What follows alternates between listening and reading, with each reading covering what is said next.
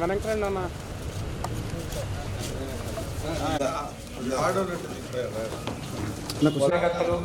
యాభై మంది ప్రభుత్వ సంక్షేమ పథకాలు అన్ని ఏమేమి ఇస్తారనేది మొత్తం అనౌన్స్ చేస్తారు.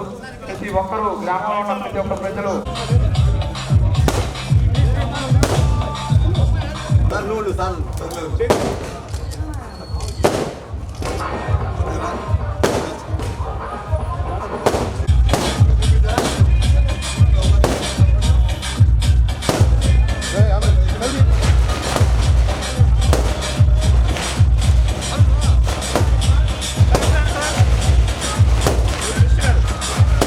సుబ్బారావు గారిని వేదిక మీదకి ఆహ్వానిస్తున్నాము.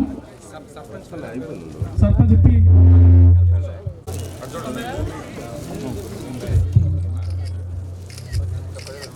గ్రామ నాయకులు మరియు గ్రామ పెద్దలందరినీ కూడా వేదిక మీదకి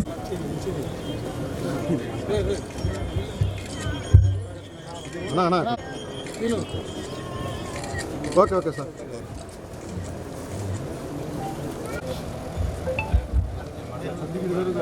ఇది మంచి ప్రభుత్వం.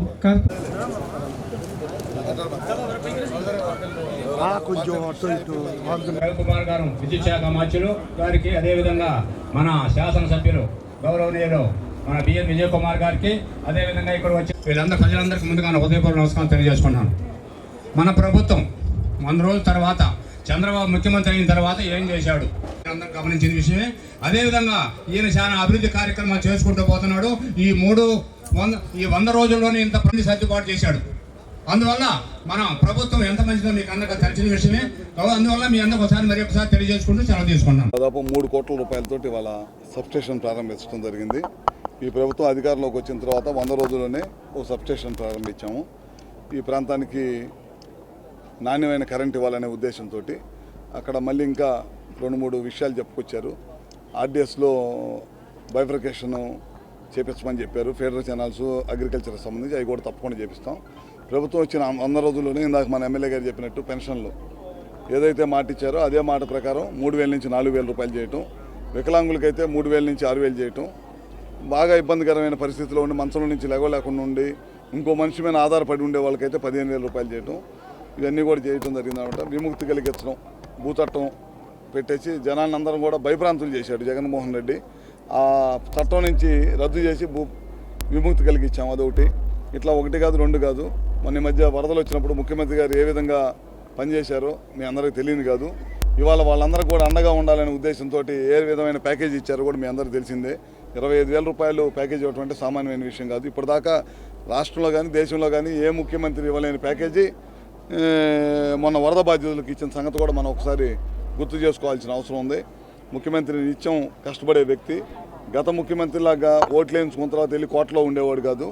బయటకు వచ్చేసి ప్రజల్లో నిత్యం ప్రజలతో మమేకం అయ్యి ప్రజల్లో ఉండే ముఖ్యమంత్రి కనుక ప్రజలు కూడా అర్థం చేసుకోవాలి. ఈ ప్రభుత్వం ఏ విధంగా పనిచేస్తుందో కూడా మీ అందరికీ తెలియని విషయం కాదు. ప్రజలు కూడా అర్థం చేసుకోవాలని చెప్పి కోరుకుంటూ తెలియజేసుకుంటాం. మంత్రివర్యులు గుడ్డిపాటి రవి గారు రావటం మాకు ఎంతో సంతోషం. ఈ సభలు చేస్తూ ఉంటే, ఇది మంచి ప్రభుత్వం చేస్తూ ఉంటే జనాల్లో ప్రభుత్వం మీద ఒక మార్పు కనపడతా ఉంది. పోయినసార్లు ఎన్ని అరాజకీయాలు జరిగాయో, అసలు ప్రశాంతత లేదు, ప్రతి ఒక్కరు ఆందోళనకరంలో ఉన్నారు ఏదో ఒక సమస్య మీద.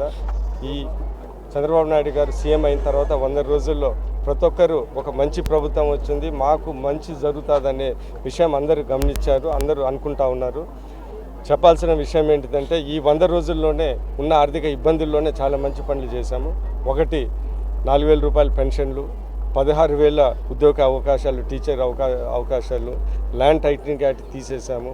అదే కాకుండా ఉద్యోగస్తులకి 1వ తారీఖున జీతాలు ఇస్తున్నాం. అది దగ్గర 1,600 కోట్లు అనుకుంటాను.